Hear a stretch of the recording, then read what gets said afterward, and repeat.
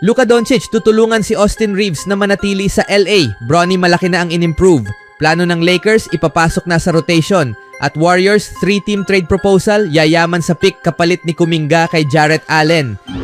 Ang pinakamalaking kwento para sa Los Angeles Lakers ngayong season ay ang blockbuster na mid-season trade na nagdala kay Luka Doncic mula sa Dallas Mavericks kapalit ni Anthony Davis.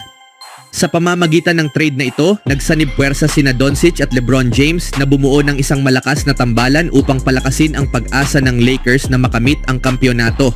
Matapos ang trade, biglang bumuti ang takbo ng Lakers at nagtapos sila bilang ikatlong seed sa Western Conference.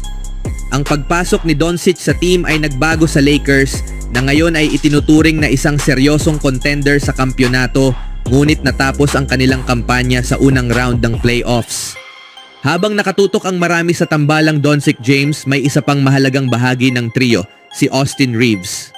Nag-average si Reeves ng career high na 20 puntos ngayong season at naging paksa ng usap-usapan matapos ang pagkakatanggal ng LA sa playoffs. Bagamat may mga lumalabas na rumors ng trade ukol sa tumataas na star, lalo na't naghahanap ang Lakers ng upgrade sa center position, iniulat ni Dan Woik ng LA Times noong nakaraang buwan na hindi inaasahang i-trade si Reeves maliban na lang kung may dumating na impossibly good offer. 2 linggo matapos lumabas ang ulat na ito, lumabas si Doncic sa podcast na Mind the Game nina LeBron James at Steve Nash. Isa sa mga napag-usapan ay si Reeves na binanggit ni Doncic bilang mahalagang bahagi ng lumalalim na chemistry ng pinakamahuhusay na player ng LA. Hindi pa ako nakalaro ng tulad niya, ani ni Doncic tungkol kay James bago banggitin si Reeves. Nang matrade ako sa LA, iba talaga ang pakiramda, kaming dalawa niya sa court at si Reeves na sobrang ganda ng nilalaro. Para sa akin, work in progress pa rin kami.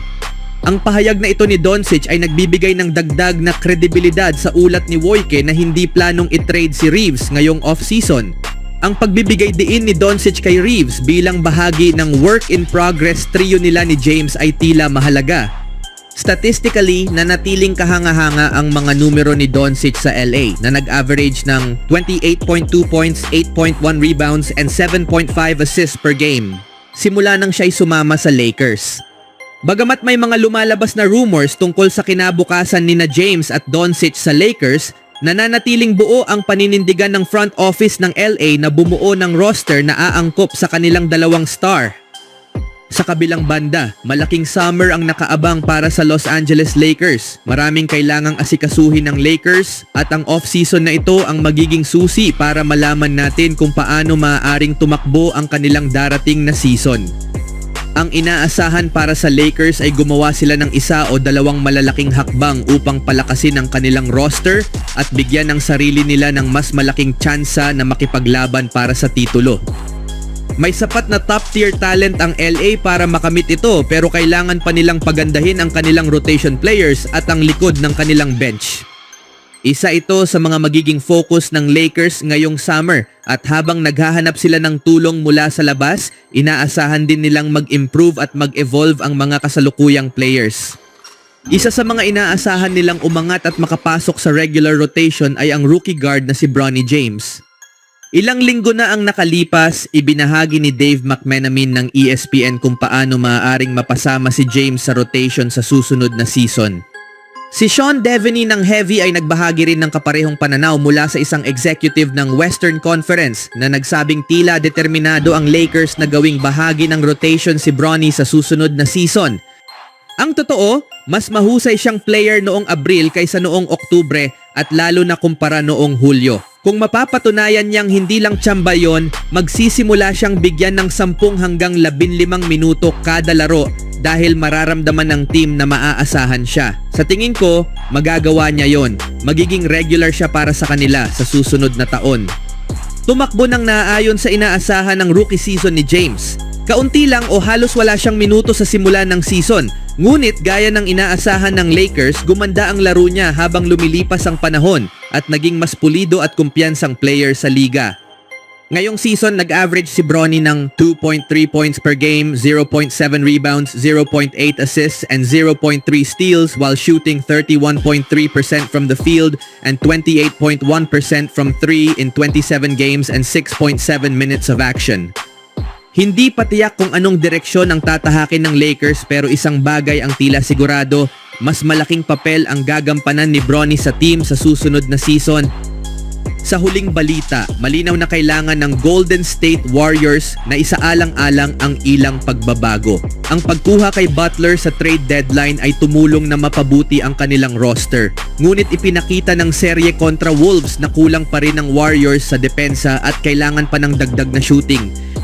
Wala silang naging sagot para kay Julius Randle sa seryeng iyon at ilang ulit din silang nabaon sa scoring drought kapag wala si Stephen Curry upang buhatin sila. Si Draymond Green ay isang kahanga-hangang defensive anchor sa buong dinastiya ng Warriors pero makatarungan ng itanong kung panahon na bang alisin siya sa pagbabantay sa mga sentro at kumuha ng tunay na big man. Sa madaling sabi, kailangan ng Warriors ng ikatlong source ng opensa bukod kina Curry at Butler, isang player na makakatulong din sa depensa at magdadala ng laki na kulang sa kanilang roster. Samantala, ang Cavaliers ay natanggal din sa second round matapos matalo sa Indiana Pacers ngunit mas hindi pa tiyak ang kanilang direksyon. Bagamat malaki ang tsansa nilang muling makapasok sa playoffs dahil sa mas mahinang Eastern Conference, kasalukuyan silang nasa second apron ng salary cap at kailangang gumawa ng mga trade upang maging mas manageable ang kanilang sitwasyong pinansyal. Kinulang ang Cavs sa athleticism at toughness upang makasabay sa Pacers. Maaari ba nilang isaalang-alang na i-trade sina Jarrett Allen at Darius Garland upang ayusin ito? Sa kabilang banda, hindi tulad ng dalawang team na natanggal sa second round, tuluyang hindi nakapasok ang Atlanta Hawks sa playoffs matapos matalo sa play-in tournament. Gayunpaman, mayroon silang $40 milyong sa cap space sa ilalim ng luxury tax threshold na maaari nilang galawin ngayong off-season. Posibleng hindi na nila kailangang galawin ang kanilang starting lineup na binubuo ni Trae Young, Dyson Daniels, Zachary Risaker, Jalen Johnson at Onyeka Okongwu. Dahil sa mga injury at ang huling pagtaas ng playing time ni Okongwu, 14 na minuto lang ang itinagal ng starting 5 na ito ng magkasama. Kailangang dagdagan ng Hawks ang kanilang rotation, lalo na sa frontcourt, depensa at shooting. Bakit dapat gawin ang trade? Makakatulong si Moody bilang maaasahang shooter at solidong defender, bagay sa mga pangangailangan ng Hawks. Si Dean Wade ay dagdag na depth sa frontcourt na may depensa at rebounding. Pareho silang two-way players na makakatulong sa rotation ng Hawks kapag healthy. Magandang oportunidad para sa Hawks ang trade na ito kung titingnan ang posibilidad na madagdagan ang kanilang depth at shooting. Sina Moses Moody at Dean Wade ay parehong versatile na player na makakatulong sa rotation kapag nasa tamang kondisyon. Si George Niang naman ay isang maaasahang catch and shoot player na kayang magbigay ng spacing sa opensa. Sa kabilang banda, si Jarrett Allen ay isang solidong sentro na babagay sa sistema ng Warriors habang si Jonathan Kuminga ay isang athletic na wing na may mataas na potensyal, lalo na kung mabigyan ng mas malaking papel. Sa kabuuan, ang trade ay nagpapalitan ng mga piraso na maaaring mas gumana depende sa sistema at pangangailangan ng bawat team. Ano ang masasabi niyo mga kaibigan?